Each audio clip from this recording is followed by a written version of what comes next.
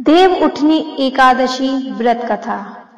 बोलो विष्णु भगवान की जय, लक्ष्मी माता की जय, तुलसा महारानी की जय। एक राजा के राज्य में सभी लोग एकादशी का व्रत रखते थे।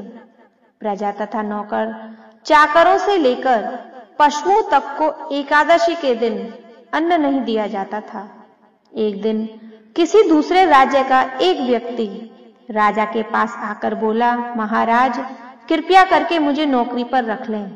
तब राजा ने उसके सामने एक शर्त रखी, ठीक है रख लेते हैं, किंतु रोज तो तुम्हें खाने को सब कुछ मिलेगा, पर एकादशी को अन्न नहीं मिलेगा। उस व्यक्ति ने उस समय हाँ कर ली, पर एकादशी के दिन जब उसे फलाहार का सामान दिया गया तो वह राजा के सामने गिड़गिड़ाने लगा, महाराज इससे मेरा पेट नहीं भरेगा, मैं भूखा ही मर जाऊंगा, मुझे अन्न दे दो। राजा ने उसे शर्त की याद दिलाई, पर वह अन्न छोड़ने को तैयार नहीं हुआ। तब राजा ने उसे आटा, दाल, चावल आदि दिए। वह नित्य की तरह नदी पर पहुंचा और स्नान कर भोजन पकाने लगा। जब भोजन बन गया तो वह भगवान को बुलाने लगा, आओ भगवान भोजन तैयार है। उसके बुलाने पर पीतांबर धारण किए भगवान चतुर्भुज रूप में आ पहुंचे तथा प्रेम से उसके साथ भोजन करने लगे।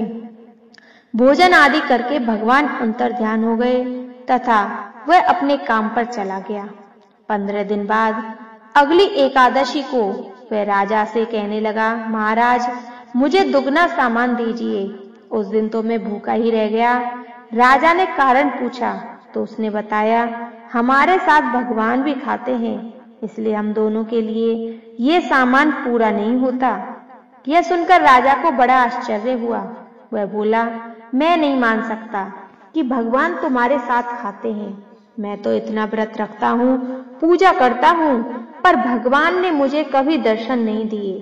राजा की बात सुनकर वह बोला, महाराज यदि विश्वास ना हो तो मेरे साथ चलकर देख लो। राजा एक पेड़ के पीछे छिपकर बैठ गया। उस व्यक्ति ने भोजन बनाया तथा भगवान को शाम तक पुकारता रहा, परंतु भगवान नहीं आए। अंत में उसने कहा, हे भगवान यदि आप नहीं आए तो मैं नदी में कूदकर अपने प्राण त्याग दूंगा। लेकिन भगवान नहीं आए। तब वह प्राण त्यागने के उद्देश्य से नदी की तरफ बढ़ा। प्राण त्यागने का उसका दृढ़ इरादा जान शीघ्र ही भगवान ने प्रकट होकर उसे रोक लिया और साथ बैठकर भोजन करने लगे। खा पीकर वे उसे अपने विमान में बिठाकर अपने धाम ले गए। यह देख राजा ने सोचा कि व्रत उपवास से तब तक कोई फायदा नहीं होता जब तक मन शुद्ध ना हो। इसलिए राजा को ज्ञान मिला।